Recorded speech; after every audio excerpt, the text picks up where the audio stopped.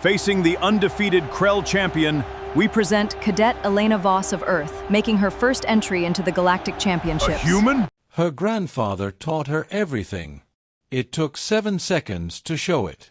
HFY Sci-Fi. 7 seconds. That's how long it took Cadet Elena Voss to win the championship match. 7 seconds to face down a 2-meter-tall Krell warrior, read his movement patterns, execute the combination her grandfather had drilled into her since she was 6 years old, and walk away victorious while thousands of alien spectators sat in stunned silence. The announcer's voice echoed through the arena.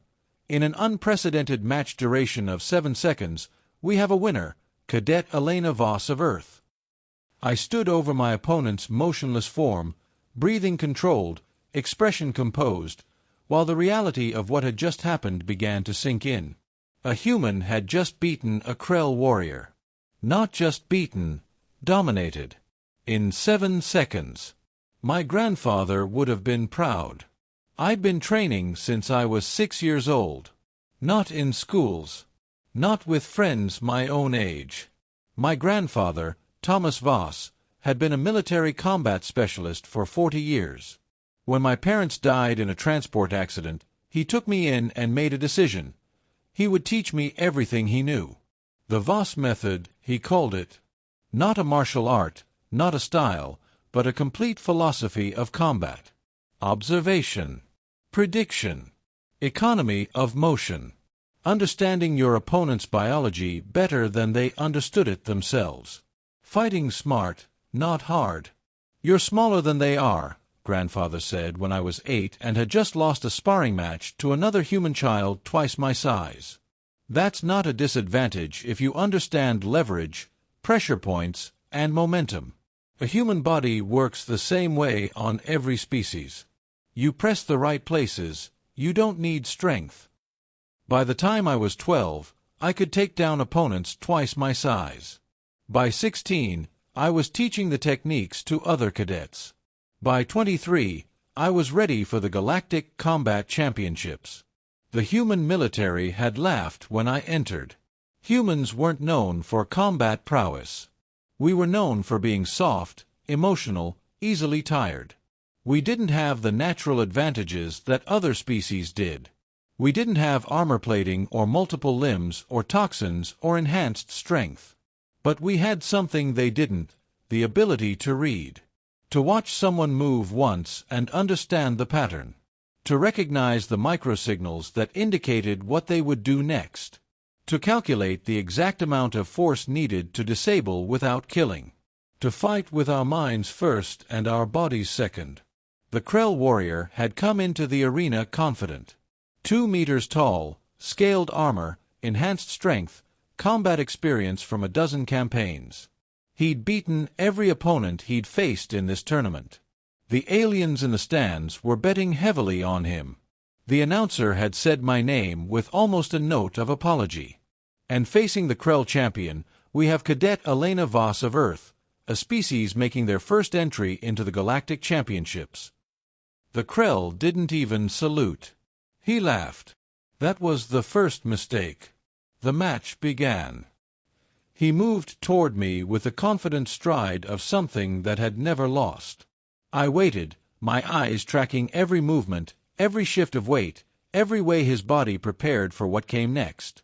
He threw his first punch, a massive haymaker that came from his shoulder with enough force to break bone. I was already moving. Sidestep, pivot, and my hand found the pressure point at the base of his skull where the spinal cord connected to the brainstem. It wasn't a human anatomy I was exploiting. It was universal. Every species, every biology, had that vulnerable point. He stumbled. Second mistake, he looked confused, which meant he wasn't focusing on his defense. I used that moment to close distance and strike the solar plexus with the exact amount of force needed to rupture the air from his lungs without damaging the organs beyond repair. He fell. 7 seconds. That's all it took. The crowd went absolutely silent. Then the alien nearest to me, a blue-skinned sentient who'd been watching intently, stood up and began to applaud. Then another. Then another. Within seconds, The entire arena was on its feet, thousands of alien species recognizing something they just witnessed. Not luck, not magic, but mastery. In the medical bay afterward, the Krell warrior regained consciousness. His first words were to ask how I'd done it. I told him about the pressure points, about reading movement patterns, about economy of motion, about understanding that strength wasn't about force, it was about placing force exactly where it mattered. Your species has been hiding this knowledge, he said, respect evident in his voice. We haven't been hiding it, I said. No one was asking. That evening, alone in my quarters, I called my grandfather for the first time since arriving at the championships. At 73, he was still sharp, still interested in everything about the wider galaxy. 7 seconds, he said when I told him. That's faster than I expected you to finish it. I could have made it shorter. I wanted to be sure I didn't kill him. That's the difference between a fighter and a warrior, he said. A fighter wins. A warrior wins and then teaches the next generation. You showed mercy, Elena. That's the real victory. The crowd seemed to like it. The crowd is learning what I've known since you were 6 years old, he said. Humans aren't weak. We're just different. We think when other species react. That's our superpower. By the time the full tournament ended, I'd won 8 matches. The shortest was 7 seconds. The longest was 38 seconds. Every victory was measured and controlled. And after each victory, I spent time with my opponent, explaining the techniques, sharing the knowledge. By the closing ceremony, 3 alien species had formally requested to learn the Voss method.